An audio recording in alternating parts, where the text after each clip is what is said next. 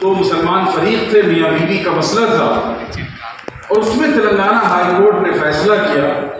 اس judgment کی copy یہ ہمارے سامنے ہے، 26 صفحات پر مشتمل یہ فیصلہ ہے. اس فیصلے میں جو باتیں کہی گئی ہیں وہ دراصل قانون شریعت کے مکمل خلاف ہے.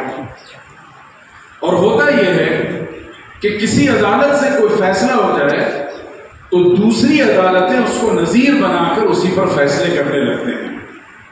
تو یہ ایک ریاست کا مسئلہ نہیں ہے، بلکہ پورے ملک میں خدا نخواستہ اس مسئلے کو نظیر بنا کر عدالتیں فیصلہ دے سکتی ہیں. مسئلہ صرف سیدھا سا یہ تھا، دیکھیے عدالتوں کے مزاج کو سمجھیے. مسئلہ یہ تھا کہ ایک بیوی اپنے شوہر سے رشتہ یا نکاح ختم کرنا چاہتی تھی، اور اس نے نہ کورٹ کا دروازہ کھٹکھٹایا نہ کسی اور ادارے کا. حیدرآباد میں ایک ادارہ ہے شریعہ کونسل کے نام سے، اس ادارے میں جا کر انہوں نے کہا کہ میں اپنے شوہر سے تنگ ہوں، جو بھی اسباب ذکر کیے ہوں، اور میں اس سے خلا چاہتی ہوں. تو اس ادارے نے شوہر کو نہ بلایا یا شوہر آیا نہیں، یک طرفہ طور پر خلا تقسیم کر دیا. ہمارے آج کل خلا کی دکانیں کھلی ہوئی ہیں. جس طرح راہل گاندھی کے بارے میں کہا جاتا ہے محبت کی دکان، تو بعض لوگوں نے خلا کی دکانیں کھول رکھی ہیں مسلم سماج میں. تو بہرکیف اس ادارے نے خلا دے دیا. اب یہ شوہر وہاں کی ہائی کورٹ میں گیا اور اس نے جا کر جو مقدمہ اور دعویٰ دائر کیا وہ دوسرا تھا. وہ یہ تھا، کیا کسی مفتی یا کسی عام ادارے کو شوہر کی رضامندی کے بغیر یا ایسے ہی خلا نافذ کرنے کا حق حاصل ہے یا نہیں ہے؟ تو عدالت کا فیصلہ آنا چاہیے تھا کہ ہاں بھائی فلاں کو حق ہے یا نہیں ہے، فیصلہ کر دے. عدالت نے معاملہ ہی الٹ دیا پورا. انہوں نے یہ کیا کہ فیصلہ یہ دیا کہ عورت اپنے آپ سے اپنے شوہر پر بغیر اس کی رضامندی کے خلا نافذ کر سکتی ہے. جیسے مرد عورت کو خلا طلاق دے سکتا ہے، تو خلا عورت کا حق ہے، وہ مرد کو خلا دے سکتی ہے. اور ہمارے حیدرآباد میں ہمارے دارالفتر میں کئی بار ایسے سوالات آتے ہیں. بعض دانشور اور انٹلیکچوئل خواتین آ کر کہتی ہیں کہ مفتی صاحب ہم نے اپنے شوہر کو 3 مرتبہ خلا خلا خلا کہہ دیا. تو یہ صورتحال ہے، اور عدالتیں بھی اسی طرح کے فیصلے کر رہی ہیں. تو اس مسئلے میں بنیادی طور پر ہمیں 2-3 چیزیں دیکھنی ہیں. اور جو ہمارے وکلا ہیں اس مجلس میں ہیں، لائرس، ایڈوکیٹس، کوئی اگر ہیں تو ہاتھ اٹھائیے پلیز. ماشاءاللہ 1 2 3 4 5 6 7 ماشاءاللہ کثر اللہ و زیادہ، اللہ کی تعداد کو بڑھائے. تو یہاں مسئلہ یہ ہے کہ خلا کے بارے میں ہمیں بنیادی طور پر 2-3 باتیں سمجھنی ہیں. پہلی بات یہ ہے کہ خلا کیا شریعت میں تنہا عورت کا حق ہے یا اس میں مرد کی رضامندی ضروری ہے؟ دوسری بات یہ ہے خلا میں جو معاوضہ اور بدل ہے اس کی کیا حیثیت ہے؟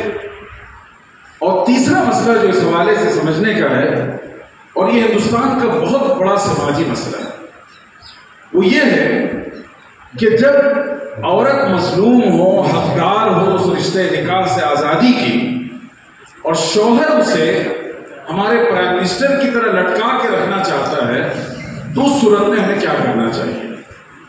یہ 3 بنیادی سوالات ہیں. انہی سوالات کے جوابات قانون شریعت اور موجودہ جو ملک کا قانون ہے اس کی روشنی میں ہم پیش کریں گے. اب دیکھیے خلا کے معنی میں اتارنا، خلعت الثوب یا کہتے ہیں اخلع نعلیک، قرآن مجید نے یہ بات کہی.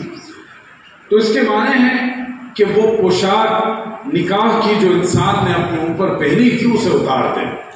اور اس کی بڑی مناسبت ہے قرآن مجید کی اس آیت سے جس میں اللہ نے کہا ہن لباس لکم وانتم لباس لہن. تو وہ جو لباس اور پوشاک نکاح کی ہم نے پہن رکھی تھی اسے انسان اتار دے، اسی کو خلا کہتے ہیں. جو ہمارے یہاں لائرس ہیں ایڈوکیٹس اور انٹلیکچوئلس ہیں ان کو میں بہت نقطے کی بات سمجھانا چاہتا ہوں.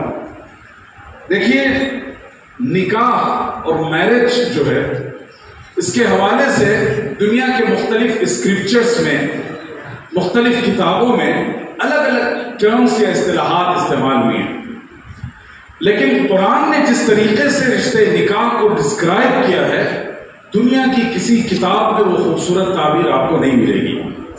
یہ جو آیت آپ دیکھ رہے ہیں ہن لباس لکم وانتم لباس لہن، وہ خواتین تمہارا لباس ہیں اور تم ان کا لباس ہو. لباس کا کیا مقصد ہوتا ہے؟ لباس ہم 3 مقصد سے پہنتے ہیں. ایک ہے بیوٹیفیکیشن، اپنی خوبصورتی اپنی شخصیت کے اظہار کے لیے. دوسرا ہے اپنے ایپ کو کور کرنے کے لیے، اور تیسرا ہے موسم کے سرد و گرم سے اپنے آپ کو پروٹیکٹ کرنے اور بچانے کے لیے. تو یہ لباس کا لفظ رشتے نکاح کو ڈسکرائب کرنے کے لیے یہ بتاتا ہے کہ میاں بیوی کی یہ 3 ذمہ داریاں ہیں. ایک یہ کہ دونوں ایک دوسرے کے راحت و آرام اور ذہنی سکون کا ذریعہ بنے اور ایک دوسرے کو سیٹسفیکشن لائف میں فراہم کریں. دوسری بات، ہر انسان میں کمی کجی ہوتی ہے. رشتے نکاح اس کمی کو سر بازار بیان کرنے کے لیے نہیں ہے بلکہ اس کو چھپانے اور ستر کرنے کے لیے. اور تیسری بات یہ ہے کہ زندگی کے سفر میں انسان سرد و گرم اور مختلف حالات سے گزرتا ہے. یہ رشتہ ایک دوسرے کو پروٹیکٹ کرتا ہے نہ کہ ایک دوسرے کو آزمائش اور تکلیف کا شکار کرتا ہے. تو یہ رشتے نکاح کا اسلامک کانسیپٹ ہے، اسے سمجھنے کی ضرورت ہے. دوسری بات یہ ہے کہ اسلام کی نگاہ میں نکاح جو ہے وہ 7 جنموں کا ساتھ نہیں ہے، نہ وہ کنیا دان ہے. یہ ایک سوشل کانٹریکٹ ہے. سوشل کانٹریکٹ کا مطلب یہ ہوتا ہے کہ 2 لوگ آپس میں باہمی رضامندی سے کسی معاہدے کو طے کریں. اور امام ابو حنیفہ رحمۃ اللہ علیہ کی فقہ اس حوالے سے بہت ہی ممتاز ہے کہ انہوں نے انڈیویجولس رائٹ اور چوائس کو سب سے زیادہ اہمیت دی ہے. فرد کے اختیار اور فیصلے کو سب سے زیادہ امام ابو حنیفہ رحمۃ اللہ علیہ اہمیت دیتے ہیں. اس مسئلے میں دیکھ لیں نکاح کے مسئلے میں کہ بالغ لڑکی کا نکاح زور زبردستی سے نہیں کرایا جا سکتا، اور بھی بہت سی مثالیں ہیں. تو یہ ہن لباس لکم وانتم لباس لہن رشتے نکاح ہے، اور خلا جو ہے اسی رشتے سے آزاد ہونے کا طریقہ ہے. خلا اور طلاق کی ایک حکمت یہ سمجھیے، آپ میں جو انجینئرز ہوں گے کنسٹرکشن کا کام کرتے ہیں، آپ بڑی بڑی عمارتیں بناتے ہیں، لیکن اس میں ایک سیف ایگزٹ رکھا جاتا ہے کہ خدا نہ خواستہ آگ لگے، کوئی ایمرجنسی ہو تو جان بچانے کے لیے کوئی جائے پناہ آپ کو. اس کا مطلب یہ نہیں ہوتا کہ اس بلڈنگ کا اونر یہ آرزو کر رہا ہے کہ ایک دن اللہ کرے یہاں آگ لگے خدا نہ خواستہ اور ہم اس راستے کو استعمال کریں. مقصد کیا ہے کہ ایک ایمرجنسی میں ہمارے لیے کوئی اسکپ مل جائے، کوئی راہ فرار مل جائے. تو ہمارے ہندو بھائیوں نے بڑے فخر اور گرو سے یہ بات کہی تھی کہ سنسکرت اور ہندی بھاشا میں ڈیورس یا طلاق جیسا کوئی لفظ ہی نہیں ہے. یعنی ہمارا رشتے نکاح اتنا اٹل ہے کہ اس میں طلاق اور خلا کی کوئی گنجائش نہیں ہے. لیکن یہ قانون فطرت کے خلاف تھا، اسی لیے 1956 میں ہندو میرج ایکٹ بنا تو اس میں طلاق کا پروویژن باضابطہ رکھا گیا اور قانون شریعت سے استفادہ کر کے انہوں نے رکھا. تو بہرکیف طلاق ہو یا خلا، اس کے بارے میں 2 باتیں کہ شریعت نے اس کو 2 انسانوں کی زندگی کو بچانے کے لیے رکھا ہے اور سیف ایگزٹ کے طور پہ رکھا ہے. لیکن اس کے ساتھ ساتھ شریعت نے رشتے نکاح کے بارے میں قرآن میں کہا کہ یہ میثاق غلیظہ ہے، the most powerful contract، جسے بغیر کسی ویلڈ ریزن کے، بغیر کسی واقعی اسباب کے ختم نہیں کیا جا سکتا. یہ گویا قانون شریعت کا تصور ہے خلا اور طلاق کے حوالے سے. اسی لیے رسول اللہ صلی اللہ علیہ وسلم نے فرمایا کہ ابغض الحلال الی اللہ الطلاق. اللہ نے جتنی چیزیں حلال کی ہیں اس فہرست میں ایک چیز اللہ کو سب سے ناپسندیدہ ہے، لیکن انسانی ضرورت کی بنیاد پر اس کا پروویژن رکھا گیا ہے، اور وہ ہے طلاق. اسی طرح رسول اللہ صلی اللہ علیہ وسلم نے فرمایا کہ جو خاتون بغیر کسی مناسب سبب کے خلا کا مطالبہ کرتی ہے اللہ کی اس پر لعنت ہوتی ہے. تو بغیر کسی ویلڈ ریزن کے نہ طلاق دینا اللہ کی نگاہ میں پسندیدہ ہے نہ خلا کا مطالبہ کرنا. اب اس کے بعد خلا کے حوالے سے یہاں چونکہ اکثر علماء ہیں، اتنی تفصیل نہیں بیان کرتا، بس اشارہ کرتے ہوئے آگے بڑھتا ہوں کہ ازالۃ ملک النکاح المتوقف على قبولها بلفظ الخلع، خلا کے لفظ کے ذریعے سے وہ رشتے نکاح اس کو ختم کر دینا بشرطے کہ شوہر اسے قبول کر لے. گویا اس میں ایک بہت بنیادی بات یہ کہی گئی ہے کہ خلا جو ہے مطالبہ تو ڈیمانڈ عورت کرے گی، لیکن ایکسیپٹنس جو ہے اس کا ڈیپینڈ کرتا ہے ہسبینڈ کے اوپر. جب تک شوہر اس کو ریکگنیشن نہ دے، اس کو ایکسیپٹ نہ کرے، اس وقت تک وہ خلا ویلڈ کنسیڈر نہیں کیا جائے گا. اور عدالتوں میں اور وکلا جو جس طریقے کی صورتحال ناواقفیت کی بنیاد پر پیدا کر رہے ہیں، اس سے صرف خواتین کی زندگی پیچیدگی کا شکار ہو رہی ہے، نئے مسائل ان کے لیے پرابلمز کریٹ ہو رہے ہیں. خلا کا ثبوت کیا ہے، اس کا پروف کیا ہے قرآن و حدیث سے. یہ نقطہ میں نے اس لیے ایڈ کیا کہ فاضل جج نے اس فیصلے میں یہ دعویٰ کیا ہے کہ اس کا ثبوت قرآن سے نہیں ہے. اور عجیب بات یہ ہے آج کل عدالتیں فیصلہ کر رہی ہیں کہ اسلام میں کون سا عمل اوبلیگیٹری ہے کون سا نہیں ہے. بھلا بتائیے حجاب لازمی ہے یا نہیں ہے؟ جج صاحب فیصلہ کریں گے. وقت ہمارے پاس کمپلسری ہے یا نہیں؟ عدالتیں اور پارلیمنٹ ہمیں سنائیں گی فیصلہ. ہم تو سیدھا سیدھا اللہ کی شریعت پر عمل کرتے ہیں، الحکم الا للہ، فیصلہ صرف اللہ کا ہے. قاری صاحب نے تلاوت کی بہت خوبصورت، جو آیتیں انہوں نے پڑھی اس کے انتخاب پر ان کو مبارکباد دیتا ہوں، ذمہ داران کو مبارکباد دیتا ہوں. اسی قانون شریعت کے حوالے سے ساری آیتیں تھیں کہ ان کو قبول کرنا ہے، اس کو ریجیکٹ اور ریفیوز کرنے کا کوئی آپ کو حق نہیں ہے. بہرکیف یہ جو آیت ہے سورہ بقرہ کی آیت نمبر 229، اس میں اللہ تعالیٰ نے طلاق کا پروویژن بھی دیا اور خلا کا پروویژن بھی رکھا ہے. یہ جو آپ دیکھ رہے ہیں فلا جناح علیہما فیما افتدت بہ، افتدت بھی یہی اصل میں خلا کی بنیاد ہے کہ عورت کوئی بیوی اپنی طرف سے پیسہ دے کر اس رشتے کو آزاد کر دے، کوئی بدل یا عوض دے کر اس رشتے سے آزاد ہو جائے شوہر کی رضامندی سے. اس کا ثبوت احادیث رسول صلی اللہ علیہ وسلم سے بھی ہے.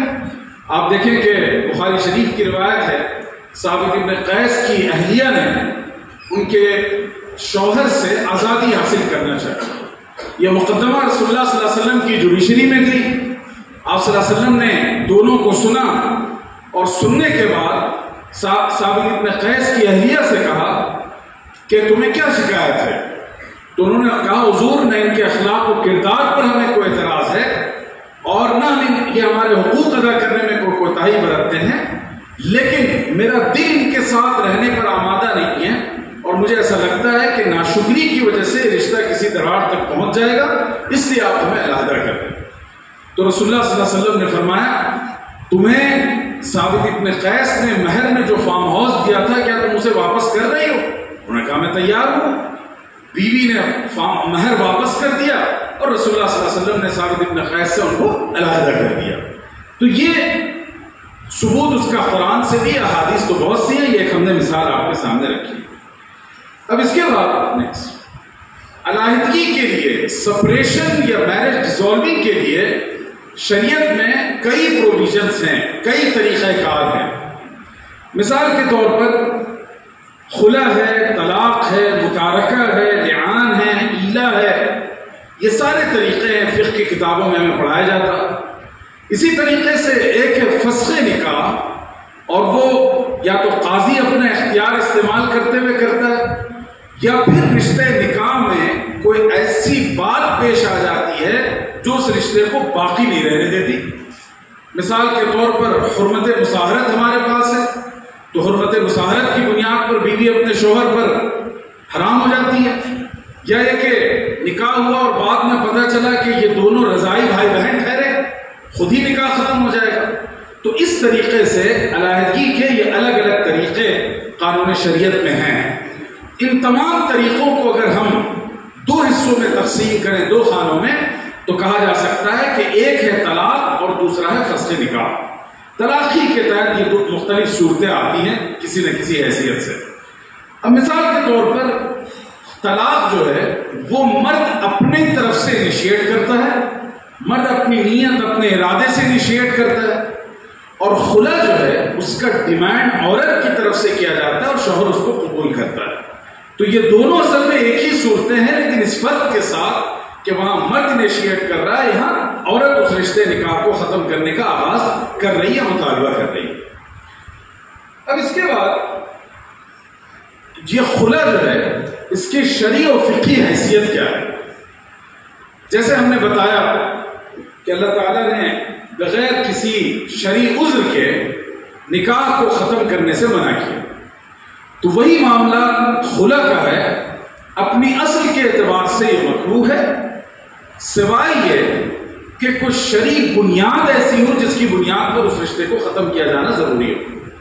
پچھلی آیت میں آپ نے دیکھا جس میں اللہ تعالیٰ نے فرمایا کہ فَإِنْ خِفْتُمْ أَلَّا يُقِيمَ حُدُودَ اللَّهِ، کہ اگر وہ اللہ کی حدود کو قائم نہ رکھ سکیں، اگر اس کا خوف دامن کیے ہو تو اب اس رشتے کو ختم کر دیا جائے، اس میں کوئی مذائقہ نہیں ہے۔ تو گویا رشتے نکاح کو اس وقت تک قائم رکھا جائے گا جب تک کہ حدود اللہ کا قیام ممکن ہو رشتے نکاح کے حوالے سے، اور جہاں حدود اللہ پھیلانے جائے، ظلم ہو، زیادتی ہو، ناانصافی ہو، ایک دوسرے سے اتنی نفرت دلوں میں در آئے کہ ساتھ جینا اور دو پل گزارنا ممکن نہ ہو رہا ہو، تو شریعت کہتی ہے کہ ایک دوسرے کی زندگی کو عذاب بنانے سے بہتر یہ ہے کہ تم اپنے اپنے راستے بدل لو اور ایک خوشگوار زندگی کی تلاش میں نکل پڑو۔ تو یہ اپنے اصل کے اعتبار سے جیسے امام ابن حجر رحمہ اللہ نے فرمایا کہ ہوا مکروہ الا فی حالت مخافت الا یقیم حدود اللہ، مکروہ ہے لیکن حدود اللہ کے قیام ممکن نہ ہو تو پھر اس صورت میں اسے ختم کیا جا سکتا ہے۔ اب اس کے بعد جیسا کہ میں نے آپ سے عرض کیا تھا کہ 3 سوالات ہیں بنیادی۔ ایک کہ خلا کیا صرف مرد کا حق ہے، دوسرے خلا میں معاوضے کی کیا حیثیت ہے۔ اب میں اس دوسرے عنوان کی طرف آ رہا ہوں۔ تو یہ بات ہم پر واضح ہو گئی کہ خلا تنہا عورت کا حق نہیں ہے اور اس کی 1000 حکمتیں ہیں۔ میں صرف 2-3 حکمت آپ کو بتاتا چلوں۔ آپ مغربی معاشرے میں کی طرف نگاہ کریں، ابھی مولانا اسد صاحب نے بات کی یونیفارم سول کوڈ کی، تو مغربی قوانین میں مرد اور عورت دونوں کو رشتے نکاح ختم کرنے کا یکساں حق دیا گیا، ایکولی دونوں کو یہ رائٹ دیا گیا۔ لیکن جب ہم کسی قانون کو نافذ کریں تو اس کے کانسیکوینسز کو بھی دیکھنا چاہیے، اس کے بعد جو حالات پیدا ہوئے اس پر بھی ہماری نگاہ ہونی چاہیے۔ یورپ میں کیا ہوا، اس کا منفی اثر ایسا پڑا کہ آج یورپ میں شرح نکاح، یورپ چھوڑ دیجیے میں امریکہ کی خاص مثال دوں جو اپنے آپ کو تہذیب و تمدن کا امام سمجھتا ہے، آج وہاں نکاح کرنے کا تناسب 50% سے نیچے آ گیا، یعنی سماج کا آدھے سے زیادہ حصہ سرے سے شادی کرنے کو تیار نہیں، وہ شادی سے نفرت رکھتا ہے۔ اور آپ یہ مت سمجھیے کہ ہم امریکہ کی کہانی سنا رہے ہیں، خود ہمارے ملک میں جو بڑے شہر ہیں اور جہاں تعلیم یافتہ خواتین اور لڑکیاں ہیں وہ بھی ان حالتوں کی شکار ہو رہی ہیں، ہمارے خاندانی اور ازدواجی زندگی کو دیکھ دیکھ کر۔ جتنی تلخیاں در آئی ہیں، خود غرضی نے جس طریقے سے خاندانی تانے بانے کو بکھیر کر رکھ دیا ہے، اس وجہ کر آج کی نسل نکاح اور رشتے نکاح سے بہت برگشتہ ہے اور اس سے متنفر ہوئی جا رہی ہے۔ تو میں یہ بتا رہا ہوں کہ امریکہ کے اعداد و شمار، ریسرچ کے اعداد و شمار موجود ہیں کہ وہاں 50% سے کم لوگ نکاح کرتے ہیں، اور اس کی دوسری تصویر یہ بتاؤں کہ جو 50% لوگ بمشکل نکاح کر رہے ہیں ان میں سے 60% سے زیادہ لوگ اس رشتے نکاح کو ختم کر دیتے ہیں۔ کیا صورتحال ہے؟ اس کے مزید اثرات کیا ہوئے؟ انہوں نے قانون بنایا کہ اگر مرد طلاق دیتا ہے تو عورت مرد کی آدھی پراپرٹی کی حصے دار ہوگی۔ آپ نے قانون تو بنا دیا، لیکن اس کا اثر قانون سے کیا پڑا سماج پر، اس کا بھی تو جائزہ لینا چاہیے تھا.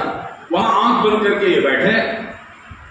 یہ بھی قانون رشتے نکاح کو ختم کرنے میں، اس کے تناسب کو ختم کرنے میں کردار ادا کیا اس نے، کہ خواہ خود غرض خواتین نکاح کرتی ہیں ملینر سے، اور اس کے بعد عدالت میں کیس ڈالتی ہیں کہ ہمیں اس سے علیحدگی چاہیے.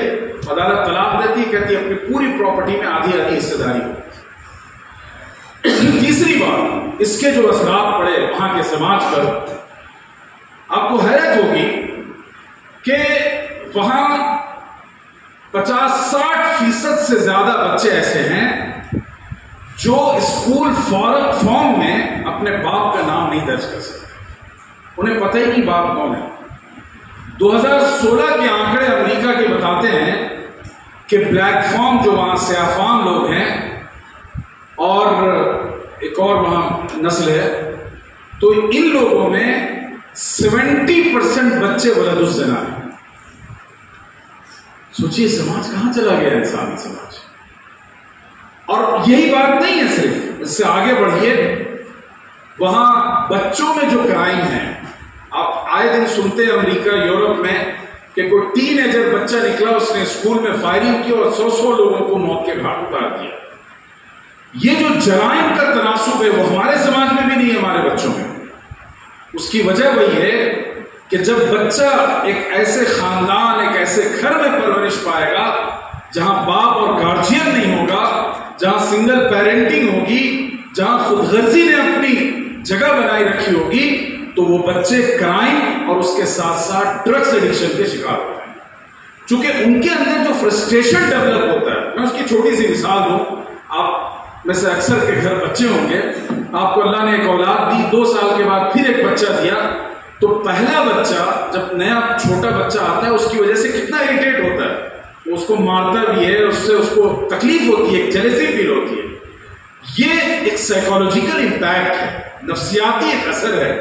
تو اندازہ لگائیے جس سماج میں وہ حالات جو امریکہ کے ہیں کہ ماں لیونگ ریلیشن شپ میں ہے، اس کے بوائے فرینڈز بدل رہے ہیں بار بار، اور باپ کا سایہ نہیں ہے، کوئی اس پر دست شفقت رکھنے والا نہیں ہے. ماں اپنی زندگی اپنی خود غرضی میں گزار رہی ہے اور 18 سال سے پہلے ہی ان کو ہاسٹل کے حوالے کر دیا جا رہا ہے. ایسے ماحول میں اور ایسے خاندانی نظام میں جن بال بچوں کی پرورش ہوگی وہ اسی طرح جرائم اور کرائم کے شکار ہوں گے. تو میں اس نقطے کی طرف آپ کو لے جانا چاہتا ہوں کہ دیکھیے قانون شریعت جو ہے وہ اللہ کا قانون ہے، اور اللہ تعالیٰ نے جو قوانین بنائے وہ انسانی فطرت سے ہم آہنگ ہے. جب اس قانون فطرت سے بغاوت کی جائے گی، سماج کی بخیا اجڑ دی جائے گی. اور وہی ہو رہا ہے یورپ امریکہ میں. آج وہ لوگوں کو پیسے دے رہے ہیں بچہ پیدا کرنے کے لیے، نیشنلٹی دے رہے ہیں بچوں کو پیدا کرنے کے لیے، اس لیے کہ انہوں نے قانون فطرت سے بغاوت کیا تھا. تو بہرکیف قرآن نے یا قانون شریعت نے حق طلاق و خلا اگر مردوں کو دیا ہے تو یہ ایک فطری بنیاد پر ہے. اور اس بنیاد کی کیا وجہ ہے؟ وہ بنیاد یہ ہے کہ دیکھیے 2 خاندان میں مرد کا اہم کردار ہے. ایک کردار یہ ہے کہ وہ پورے خاندان کا گارجین ہے. اگر کسی بچی کو کوئی تکلیف ہوتی ہے تو وہ اپنی ماں کے پاس دوڑ کے نہیں جاتی، باپ کے پاس جاتی ہے. کیوں؟ یہ اس کے اندر کی فطرت ہے جو اسے بتاتی ہے کہ یہ ہمیں پروٹیکٹ کرے گا. بھائی کے پاس جائے گی، اپنی بہن کے پاس نہیں جائے گی. اگر بھائی اور باپ ہو تو شوہر کے پاس جائے گی. یہ اس کی فطرت ہے. دوسری بات یہ ہے کہ جو نکاح سے جو رشتہ بنتا ہے، مرد اور عورت دونوں پارٹنرز ہیں، لیکن اس معاہدے میں مرد کے اوپر ساری رسپانسبلٹی رکھی گئی ہے. قوام کا مطلب ہے یہ ستون جس کے اوپر یہ پوری عمارت کھڑی ہے، اگر یہ لچکدار ہوگا تو یہ پورا ستون گر جائے گا.